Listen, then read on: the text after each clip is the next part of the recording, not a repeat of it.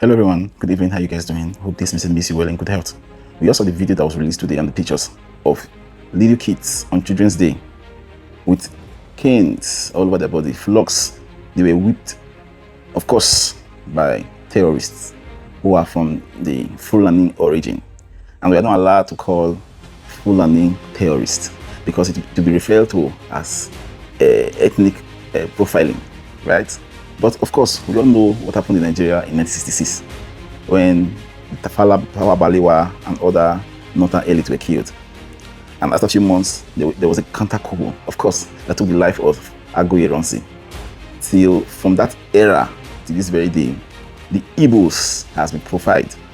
Despite the fact that after that, the second counter coup, during September 1966, almost 30 to 40,000 Igbos were massacred in the north across Nigeria for a coup that was done by Cardinal Ezeogo, an Igbo man. That coup is what the Igbos are still suffering till now. But we're not allowed to profile ethnic, right? Because the people doing this are from one region, the Fulanis. We will have people who come to national television to agitate for them, to ask that they will be given first-class treatment. Terrorists will be given first-class treatment. People who have rendered many families fatherless, people who have destroyed a whole community, ransacked a community. So there are some places you go today in Kwara State, some village, you don't see a soul. What about Kogi State? You don't see a soul in those villages. Go to Kaduna, some villages has been eradicated completely.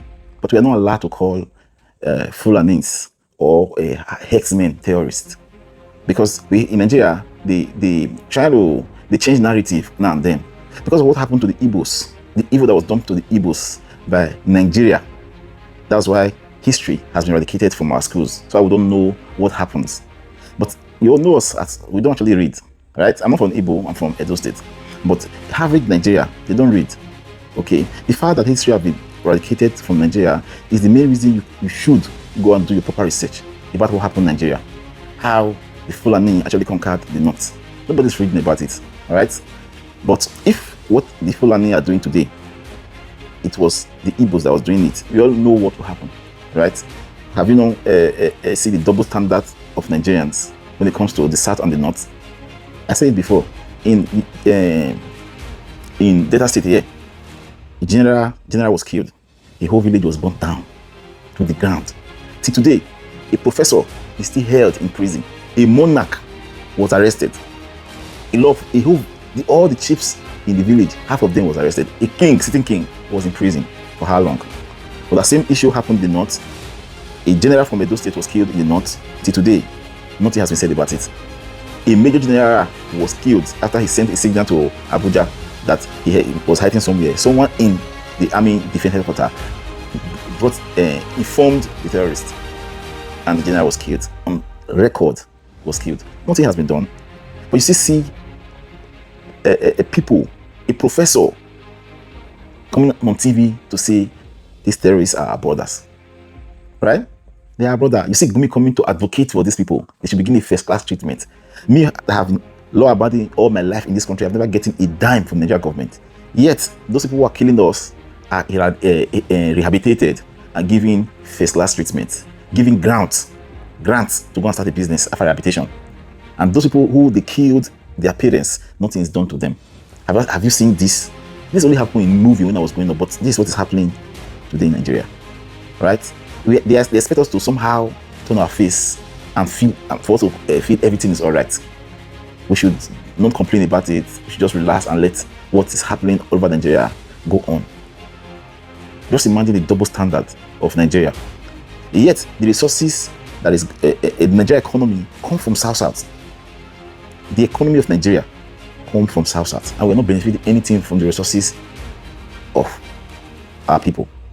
Go to some villages today, you will not see any sign of government in Nigeria today. How can we move like this when there are two laws in this country? A crime is a crime, depending on who is doing the crime. If it's done by some other people, we are meant to look the other way and just go. We think that nothing is happening. Is there any country that will move in this circumstance?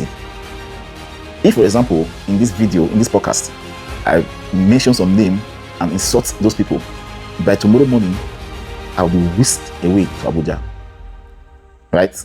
There are some other people who are doing the same thing, of course. Nothing will happen because they are the number one citizen of the federation. Right? I have not benefited anything. I have not benefited anything from Nigeria. Not even a pen. Right? And yet, Nigerian government don't care about me. Those who are breaking the law on a daily basis are the people the Nigerian government go catch and rehabilitate, give them grants to start a business. Anyway, there's nothing I can say. I'm just saying. And the worst of all, one of the worst thing, I heard about, I think, Harriet Tubman, who said that he helped release about 1,000 slaves. That he would have done more, she would have done more. But the problem was that some people never knew they were slaves.